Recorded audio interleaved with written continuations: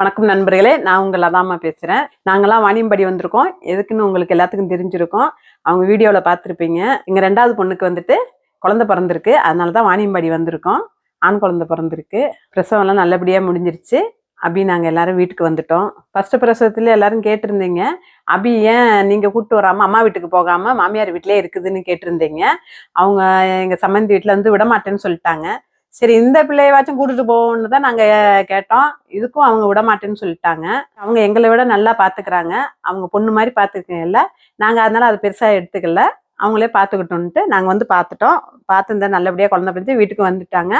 நாங்க இன்னும் ஊருக்கு கிளம்ப போறோம். இப்ப போய் வதனையிட்ட போய் ஒரு சின்ன ஒரு பிராங்க் மாதிரி பண்ண போறேன். எங்க பொண்ணை நான் வீட்டுக்கு கூட்டு போறேன், ஏதாச்சும் சொல்ல போறேன். அவங்க என்ன சொல்றாங்கன்னு நம்ம பார்ப்போம். என்ன இந்த மைக்க போட்டுக்கோங்க. ஒரு ஊருக்கு ஒரு சின்ன ஒரு வீடியோ எடுத்துக்கிறதுக்கு தான் போட்டுக்கோங்க. அப்படியா? ஊருக்கு போறதுக்கு போய் என்ன வீடியோ சொல்லுங்க. என்ன விஷயம்? சும்மா ஒரு சின்னதா ஒரு வீடியோ ஒண்ணு எடுத்துக்கலாம் பார்த்தோம். என்ன விஷயம்? பாப்பா இப்ப நல்லபடியா பார்த்து வீட்டுக்கு கூட்டு வந்தாச்சு. 30க்கு வரையில பாப்பா வீட்டுக்கு அங்க ஊருக்கு கூட்டு போய் கொஞ்ச நாள் நாங்க வச்சிருக்கோம். அப்படியெல்லாம் அனுப்ப முடியாது. நாங்க ஃபர்ஸ்ட் குழந்தைக்கே நாங்க அனுப்பிச்சு வைக்கல. இப்ப எப்படி அனுப்பிச்சு வைக்க முடியும்? உங்களை விட நாங்க நல்லா பாத்துக்குவோம். எங்க வீட்டு மருமகளை, பேரனை, பேத்தி எல்லாரையும் நல்லா பாத்துக்குவோம். கொஞ்ச நாளைக்கு கூட்டு கொண்டு ஊர்ல வச்சிருக்கோமா? கூட்டு போய் வச்சது அங்கதான் உடம்பு சரியில்லாத போயிடுது. 2 பேருக்குமே வந்தா உடம்பு சரியில்லாத போயிடுது. நான் என்ன பண்ணிட்டோம்? அதுக்காக உடம்பு சரியில்லைங்கிறதுக்காக நாங்க இங்கேயே விட்டு வைக்க முடியாதுல்ல. கொஞ்சம் வளரட்டும் பிள்ளைங்க வளர்ந்ததுக்கு அப்புறம் கூட்டிட்டு போவீங்க. கொஞ்சம் பெரியவங்களா நீங்க நல்லாதான் பாத்துக்கிறீங்க. எங்களை விட நீங்க நல்லா பாத்துக்கிறீங்கன்னு எங்களுக்கு தெரியும்.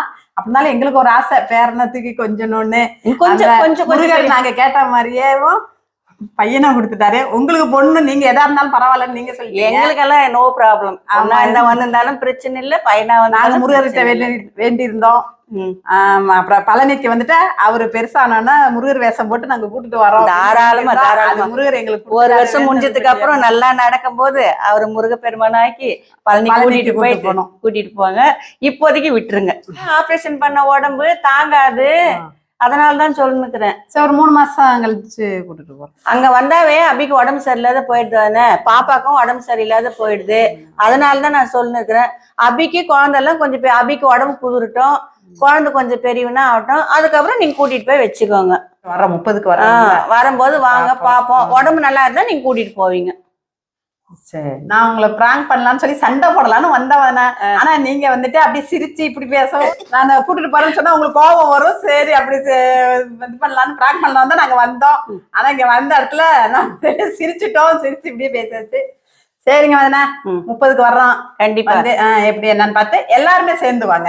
எல்லாரும் அங்க இருந்துட்டு அப்புறம் எல்லாரும் சரி அப்படிதான் வரலாம். சரி நண்பர்களே, நான் நினைச்சு வந்தது வந்து பிராங்க் பண்ணுவோம், சரி அவங்க கூட கொஞ்சம் ஏதாவது பேசுவோம் அப்படின்னு நினைச்சு வந்தோம். ஆனா இங்க வந்த பாத்தீங்களா நீங்களே எப்படி நடந்துச்சுன்னு. சரி, என்னை விட அவங்க நல்லா பாத்துக்குவாங்க. அவங்க பொண்ணா பாத்துக்கிட்டு இருக்கல. நாங்க வந்து எதுவும் பேசுற மாதிரி இல்ல.